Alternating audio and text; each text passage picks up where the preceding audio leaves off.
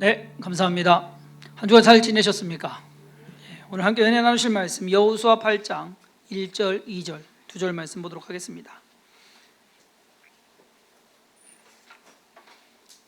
여호수아 8장 1절과 2절 말씀입니다. 제가 봉독하겠습니다. 여호와께서 여호수아에게 이르시되 두려워하지 말라, 놀라지 말라. 군사를 다 거느리고 일어나 아이로 올라가라. 보라, 내가 아이 왕과 그의 백성과 그의 성읍과 그의 땅을 다 내 손에 넘겨주었으니 너는 여리고와 그 왕에게 행한 것 같이 아이와 그 왕에게 행하되 오직 거기서 탈취할 물건과 가축은 스스로 가지라. 너는 아이 성 뒤에 복병을 둘지니라 하시니. 아멘. 이스라엘 백성들은 여리고 성에서는 승리했습니다. 근데 아이 성에서는 패했습니다. 패한 원인은 아이 성이 여리고 성보다 더 강했기 때문은 아니었습니다. 이유는 아간이 범죄했기 때문이었습니다. 즉 전쟁의 승패는 이스라엘이 얼마나 강하냐, 상대가 얼마나 강하냐, 그것이 문제가 있는 것이 아니라는 겁니다. 전쟁의 승패는 하나님께 있는 것이다라는 겁니다. 하나님께서 이기게 해주시고 하나님께서 지게도 하실 수 있는 이 모든 것이 하나님께서 하시는 것이다라는 겁니다. 하나님께서는 여호수아로 하여금 잘못된 원인을 먼저 제거하도록 하셨습니다. 그래서 아간이 잡히게 되었고 그리고 그의 모든 것이 진멸이 됐습니다. 7장의 마지막 본이 그거예요. 아간 모든 가족들 다 아골골짜기에서 돌무더기가 되고 다 불타서 없어지는 그러한 일이 막 지금 어떻게 보면 좀 끔찍한 일이 막 끝났습니다. 그러자 하나님께서는 언제 그랬냐는 듯이 여호수아에게 아이성을 점령할 방법을 가르쳐 주십니다. 저는 이 상황을 보면서 이상하다라는 생각을 하게 됐습니다. 성경 읽을 때도 가끔 이제 읽으면서 이상하다라는 생각이 들은 것이 뭐냐면 하나님은 감정이 없으신 분인가? 저 같으면요 그렇게 쉽게 아이성 점령하도록 도와주지 않았을 겁니다. 그렇지 않아요? 하나님 말씀에 순종하지 않은 것도 괘씸한데 거기에다가 여호수아는 지고 와가지고서는 하나님 원망했거든요. 하나님 왜 우리 이렇게 지게 합니까? 왜 창피당하게 합니까? 어떻게 하려고 하시는 겁니까? 하나님께 원망을 했어요. 우리가 하나님이라면, 내가 하나님이라면 화가 날 만도 하고 아니면 좀 서운하기도 할 거 아니에요. 그런데 하나님은요 전혀 그런 모습을 안 보이시더라는 겁니다. 오늘 말씀을 보면 하나님께서는 여호수아에게 마치 아무 일도 없었던 것처럼 아이성을 다시 점령하러 올라가라, 내가 너의 거기에 있는 모든 거 다 너에게 줬다, 이미 그러니까 승리할 것이다 라고 보장해 주십니다. 그리고 어떻게 할 것인지 가서 복병을 두어라, 전술까지도 가르쳐 주셔요. 너무 아주 친절하게. 그리고 거기에다가 그곳에 있는 모든 것은 이제 가져라, 너희들 가져라, 그래도 된다. 지금 방금 7장에서 무슨 일이 있었어요? 36명 죽고 아간과 그의 가족 모두 죽고 다 죽이고 한 상황입니다. 저는 오늘 본문 말씀을 가지고 하나님의 감정이라는 제목으로 이 감정적인 측면에서 하나님은 어떤 분이신가 라는 것을 한번 생각해 보고, 그럼 저와 여러분들은 그 하나님을 믿고 사는 사람들인데 어떻게 감정에 대해서 어떻게 하는 것이 성경적이고 옳은 것인가.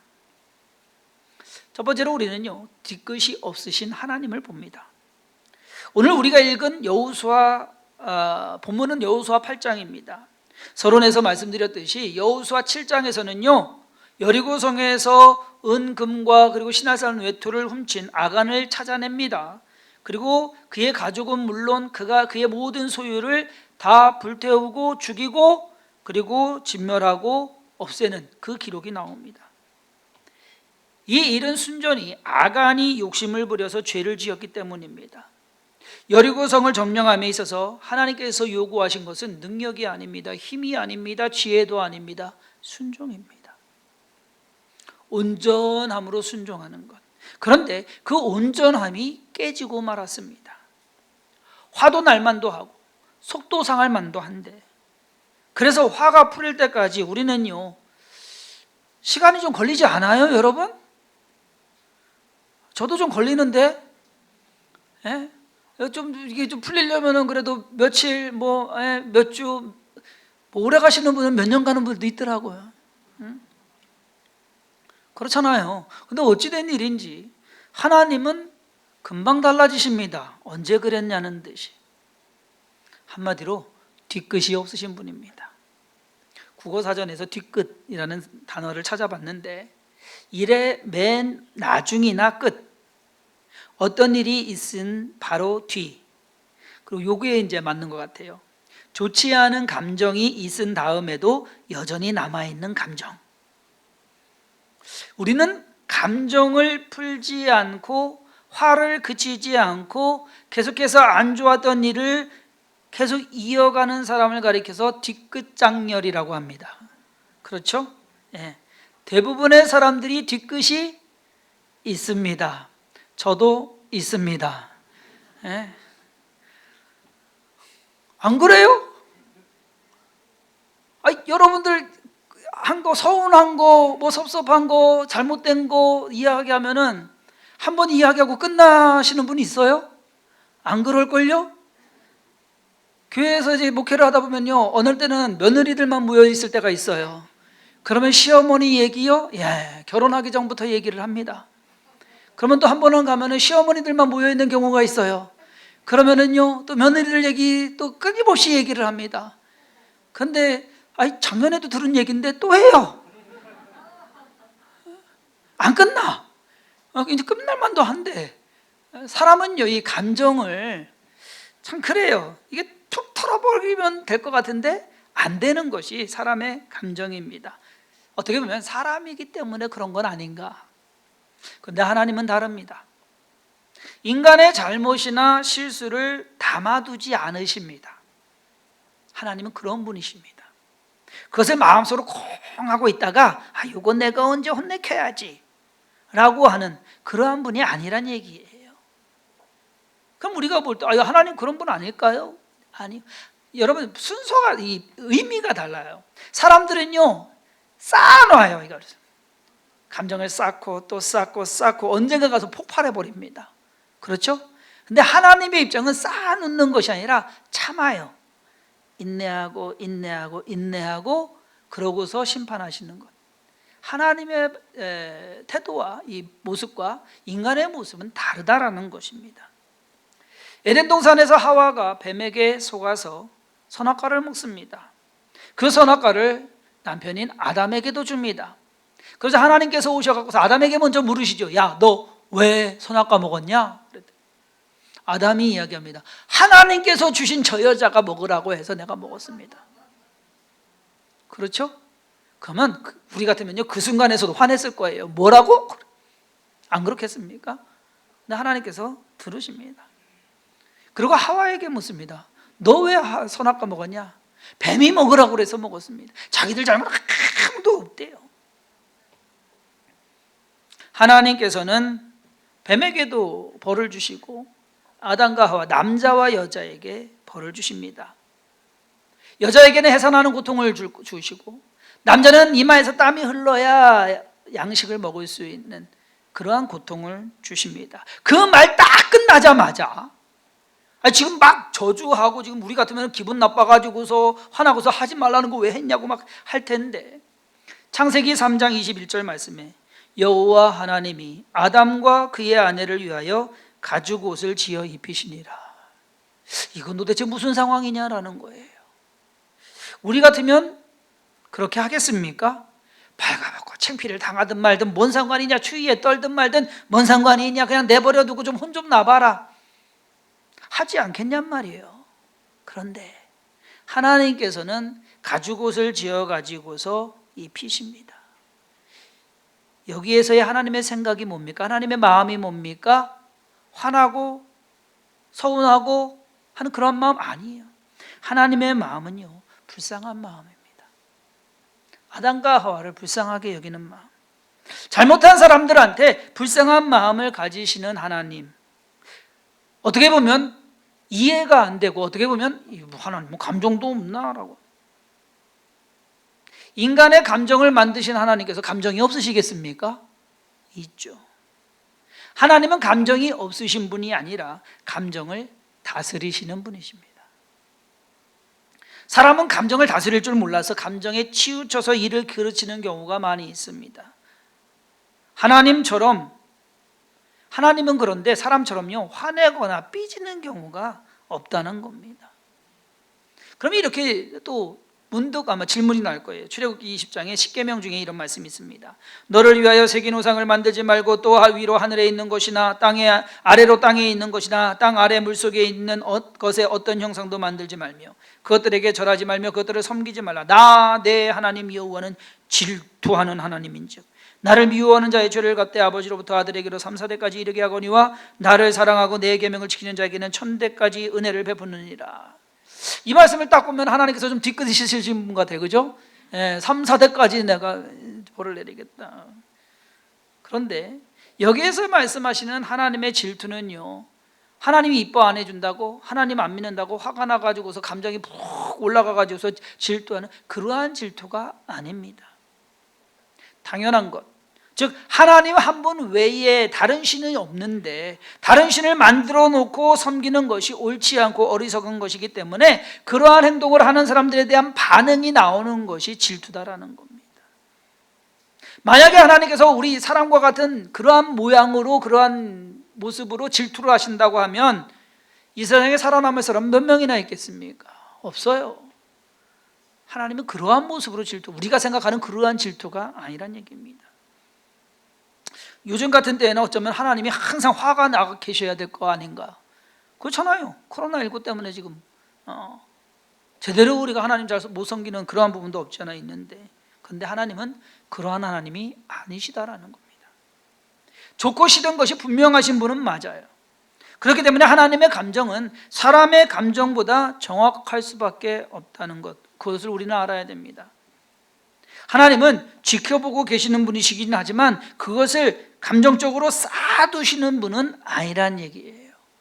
하나님 우리를 지켜보세요. 잘못하는 거 보세요. 그런데 제가 저거 잘못하지, 자 하나 1, 2, 3, 4 해가지고서 그거 하나하나 쌓아놓고서 나중에 한 번에 터뜨려버려, 그런 분이 아니란 얘기입니다. 오히려 우리가 생각할 수 있는 건 하나님은요, 과거에 연연하지 않는 하나님을 보게 됩니다. 하나님이 왜 뒤끝이 없으실까? 하나님은 과거에 연연하지 않으셔요. 성경 전체를 봐도 하나님께서 지나간 과거에 잘못한 일을 다시 끄집어내 가지고서 따지시는 경우 있으십니까? 하나님께서 혼내켰던 거 또 혼내키시는 경우 있으십니까? 없거든요. 잘못한 걸 한번 벌을 받은 거 그걸로 끝납니다. 한번 심판한 거 그걸로 끝납니다. 그런데 사람은 그렇지 않습니다. 절대 잊지 않고 또 얘기하고 또 얘기하고, 그렇죠. 삭히고. 만약 하나님께서 지나간 과거의 잘못을 가지고 우리를 매일같이 힘들게 하신다면 과연 우리가 살맛이 나겠습니까? 살아갈 수는 있겠습니까? 하나님께서 있어서의 과거는 과거로 끝입니다. 하지만 중요한 건 뭐냐면요, 과거의 일이 청산이 돼야 돼요. 정리가 돼야 돼요. 그냥 가지는 않아요. 그것이 쌓이게 되는 것은 다른 거냐, 심판이 기다리고 있다는 겁니다. 하나님이 인내하신다는 얘기. 언제까지? 회개할 때까지. 언제까지? 그 문제가 해결될 때까지. 하나님께서는 죄의 청산을 위해서 이스라엘 백성들로 하여금 자기 대신에 소나 양 그리고 비둘기 같은 짐승을 잡아서 번제를 드리도록 했습니다. 그렇게 하면 죄가 청산되는 것이고, 청산된 죄는 하나님께서는 더 이상 묻지 않으시는 그러한 분이셨습니다. 그것이 하나님이에요. 근데 여러분 그거 아세요? 우리가 지금 살면서, 그렇죠, 작년에도 하나님이 이거 잘못했습니다 회개하고, 올해도 이거 잘못했습니다 회개하고, 아마 내년에도 죽을 때까지 똑같은 거 잘못한 거 갖고서 잘못했습니다 하죠 우리. 왜? 우리는 쌓아놓고 있기 때문에. 하나님은 그거 벌써 다 털어버리셨거든요. 하나님은 이미 기억 안 하시겠다고 하셨거든요. 기억 안 하시거든요. 모르시거든요 오히려. 근데 우리가 자꾸 끄집어내는 거예요. 은행에서 여러분 대출하면은 언제까지 은행에 돈을 냅니까? 갚을 때까지. 갚고 나서 또 냅니까? 안 내잖아요. 우리 죄의 청산은 그런 거예요. 죄 회개했어요. 그러면 끝난 거예요. 그런데 또 끄집어내서 하나님 잘못했습니다. 또 끄집어내서 하나님 잘못했습니다. 하나님은 이미 끝나셨는데 여리고 성을 점령한 이스라엘 백성들에게 있어서 아간의 죄가 빚을 진 겁니다. 아간을 죽이고 빚을 청산하자 하나님과의 관계는 깨끗해진 겁니다. 아무 일도 없었던 것처럼 다시 갈 수가 있는 겁니다. 그것이 하나님과 사람과의 관계입니다. 한 회사의 기록은 5년이나 10년 아마 보관할 겁니다. 국가 기록물도 보관해야 될 정해져 있는 연수가 있습니다. 저희 교회도요, 사실 여러분들 헌금 낸 거 헌금 봉투 있잖아요. 아직 파쇄 안 했습니다. 지금 3년, 거의 2년 반 넘게 됐는데 그거 아직 갖고 있어요. 왜냐? 기록물로. 그거 어떻게 하자는 건 아닌데 기록물로 언젠가는 폐기를 하겠죠. 하나님은 언제 폐기하시는 줄 아십니까? 회개하는 즉시 폐기하십니다. 우리는 그걸 알아야 돼요. 하나님은 우리가 죄를 회개하는 즉시 하나님은 폐기해 버리셔요. 그러고서 관계를 시작하십니다. 성경에서 오늘 이 본문과 똑같이 같은 비슷한 납득이 가지 않는 경우를 종종 보게 됩니다. 예를 들어서 열왕기상 21장에 보면 북이스라엘의 아합이 나옵니다. 아합이요, 하나님을 잘 안 섬긴 정도가 아니에요. 아시잖아요. 이세벨과 함께 바알과 아세라 섬기고 하나님 섬기는 사람 잡아 죽이고, 그런데 그것도 모자라 가지고서 나봇의 포도원을 욕심을 냅니다. 아니, 한 나라의 왕이 그래 자기 국민 백성의 포도밭을 욕심이 나가지고서 그것 때문에 밥도 못 먹고 있어요. 이세벨이 옆에서 왜 그래요? 저 포도원 내가 갖고 싶은데. 그랬더니 이세벨이 머리를 씁니다. 거짓 증인을 세워가지고서 그 나봇을 죽이고 포도원을 뺏어옵니다. 이 일이 있은 후에 하나님께서 엘리야 선지자를 아합에게 보냅니다. 아합에게 보내가지고서 너가 어떻게 죽을 것이고 이세벨도 어떻게 될 것이고 너 집안이 어떻게 될 것이다 라고 하는 것에 대한 예언을 말씀하십니다. 그 말하자 27절에 보니까 열왕기상 21장 27절에 아합이 이 모든 말씀을 들을 때에 그의 옷을 찢고 굵은 배로 몸을 동이고 금식하고 굵은 배에 누우며 또 풀이 죽어 다니더라.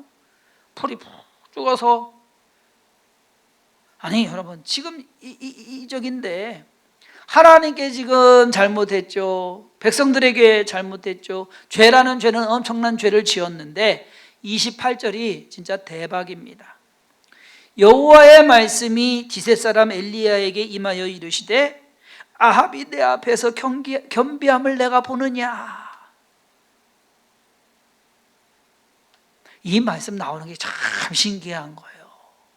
아니 어떻게 아합을 하나님이 지금 용서해 주시지? 상황이 어떤 상황인데 이 사람이 얼마나 잘못했는지 하나님 모르시나?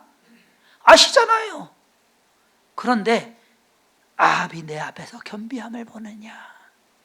내가 재앙을 저의 시대에는 내리지 아니하고 그 아들의 시대에야 그의 집에 재앙을 내리리라 하셨더라. 감정이 있고 그것을 쌓아놓는다면 이런 일은 있을 수가 없습니다. 그런데 하나님은 그런 분이 아니시다라는 겁니다. 하나님은 회개하는 사람은 무조건 용서하십니다. 그가 어떠한 잘못을 지었는지 죄를 지었는지 그리 상관없는 것 같습니다. 북이스라엘에서는 아합이 있고요, 남유다에서는 므낫세가 있습니다. 55년을 통치했는데 이 므낫세도요 엄청 하나님을 안 섬긴 왕 중에 하나예요. 그런데 역대하 33장 12절부터 기록을 보면 그가 므낫세가 환난을 당하여 그의 하나님 여호와께 간구하고 그의 조상들의 하나님 앞에 크게 겸손하여 기도하였으므로 하나님이 그의 기도를 받으시며 그의 간구를 들으시사 그가 예루살렘으로 돌아와서 다시 왕위에 앉게 하시매 므낫세가 그제서야 여호와께서 하나님이신 줄을 알았더라. 여러분 우리 같으면요 괘씸해가지고서 용서 안 합니다. 뭐야, 그렇죠? 쌓아놓고 있어요. 그리고 이게 풀릴 때까지 그것은 기한이 없습니다. 사실상 하나님의 이러한 모습은 하나님이 우리처럼 감정이 없으셔서가 아니라 감정이 있으신데 그 감정을 다스리시기 때문이다라는 것. 여러분 하나님이 만약에 그리스 신화에 나오는 그 신들처럼, 그리스 신화 신들 많이 나오잖아요. 그 신들이 서로 질투해요, 서로 싸워요, 그러고 있어요. 만약에 하나님이 그런 신이라고 한다면 이 세상이 온전하겠느냐 말이에요. 온전할 수가 없죠. 우리가 인생을 살아가면서 과거에 집착하거나 지나간 일들이 우리로 하여금 앞으로 가지 못하게 하는 경우가 얼마나 많은지 모릅니다. 서운했던 일, 억울한 일, 잘못된 일, 오해로 시작된 일, 이 모든 일들이 참 많아요. 그렇지 않아요? 얘기하자 보면은 여기 계신 분들 한마디씩만 해도 아마 올해 끝날 때까지 얘기될 겁니다. 지혜로운 사람은 그 과거를 빨리 털고 일어나는 사람입니다. 아무 일도 없었던 것처럼 지금의 상황에서 할 수 있는, 그리고 해야만 되는 일들을 묵묵히 해나가는 사람이 지혜로운 사람입니다. 그런데 그것이 쉽지가 않습니다. 말은 그래요. 그렇죠? 그런데 쉽지가 않아요. 지난 11일에 수원지법에서는 이춘재 연쇄살인 8차 사건 재심 4차 공판이 있었습니다. 31년 전에 있었던 사건의 진짜 범인은 이춘재 씨였습니다. 그런데 그 당시 형사는 아무 연관이 없는 윤석열 씨를 잡아가지고 나흘 동안 잠 안 재우고 폭행하고 폭언해서 결국 가짜 진술서를 써가지고 서명 날인을 받아서 그로 형을 살게 합니다. 몇 년을 살냐? 20년의 형을 살았어요. 31년이 지난 11일에 그 담당 형사가 윤 씨에게 잘못을 인정하고 사과드리고 싶다. 저로 인해 억울하게 옥살이를 한 점에 대해 어떤 위로의 말을 해야 될지 모르겠다라고 31년 만에 사과를 했습니다. 윤석열 씨는 자기가 짓지 않은 죄로 20년형을 살고 났는데 이제 와서 31년이 지나서 미안하다라는 말 한마디 들었다는 얘기입니다. 이 기사 보면서 제가 참 아이러니한 거를 봤어요. 자, 이춘재 씨, 그 진짜 범인, 청주 사람인 거 아세요? 진짜 범인, 그리고 형사, 그리고 이 그러니까 누명 쓰고서 형을 살한 윤석열 씨, 자, 3명 중에 누구 죄가 제일 큽니까? 그래도 이춘재 씨 죄가 제일 크겠죠. 우리가 크기를 따지자 보면. 그리고 형사 죄 있습니까? 없습니까? 있죠. 예. 근데 형은 누가 살았습니까? 아무 죄가 없는 윤석열 씨가 형을 살았어요. 참 희한한 세상이다. 참 아이러니하다. 얼마나 억울할까? 그렇지 않습니까? 억울해서 살겠습니까, 여러분? 분해서 살겠습니까? 뭘로 여러분들 그 20년이라는 세월을 뭘로 보상하겠습니까? 보상이 되겠습니까? 만약 여러분들이 그 윤석열 씨라고 한다면, 본인이 여러분들이 그 사람이라고 한다면 어떻게 하시겠습니까? 우리 같으면 진짜 그거로 잠도 못 잘 것이고, 화나서 저기 할 것이고, 어떻게 분풀이를 어떻게 몇 대 때려서도 되지도 않을 것이고. 하나님이라면 어떻게 하실까? 사람이라면 용서하지 못할 것입니다. 사람이라면 잊지 못할 것입니다. 사람이라면 그 일로 더 힘들어할 것입니다. 하나님이시기에 용서하십니다. 하나님이시기에 잊으십니다. 하나님이시기에 인간이 아무리 악한 죄를 짓는다 해도 힘들어하지 않으십니다. 그렇기 때문에 하나님이시기에 오히려 그 아들 예수를 이 땅에 보내서 십자가에 대신 죽게 하시는 것입니다. 어떻게 보면 참 비정한 아버지예요. 감정이 없으신 아버지예요. 아니요. 우리에 대한 감정이 더 크기 때문에 그것으로 인해서 예수 그리스도를 내어주는 겁니다. 성경에서 끊임없이 하나님에 대해서 묘사하는 단어는 인자와 긍휼입니다. 선하시고 사랑 많으신 하나님. 성경에서 계속, 구약의 성경도 그래요. 신약도 마찬가지예요. 하나님의 그 사랑, 하나님의 그 인자하심, 하나님의 그 긍휼하심을 계속 이야기하고 있는데, 사람들은 그 하나님을 생각하지 않고 오히려 나 잘못하는 거 찾아내가지고서 혼내킬 거, 그 건수 찾고 있는 하나님 아닌가, 언제나 심판하시려고, 언제나 징계하시려고 하시는 분 아닌가? 그 하나님을 두려워하면서 그 하나님을 멀리 도망가고 있습니다. 마치 에덴 동산에서 아담과 하와가 하나님을 도망해서 숨은 것처럼 우리의 모습이 그런 건 아니냐? 아니요, 하나님 그런 하나님 아니에요, 여러분. 우리가 회개하고 하나님께 다가가면 하나님은 언제나 품어주시는 분이신 것을 깨달으시기를 바랍니다. 사람은 못하지만 하나님은 하시는 거예요. 우리가 믿는 하나님은 그런 하나님이세요.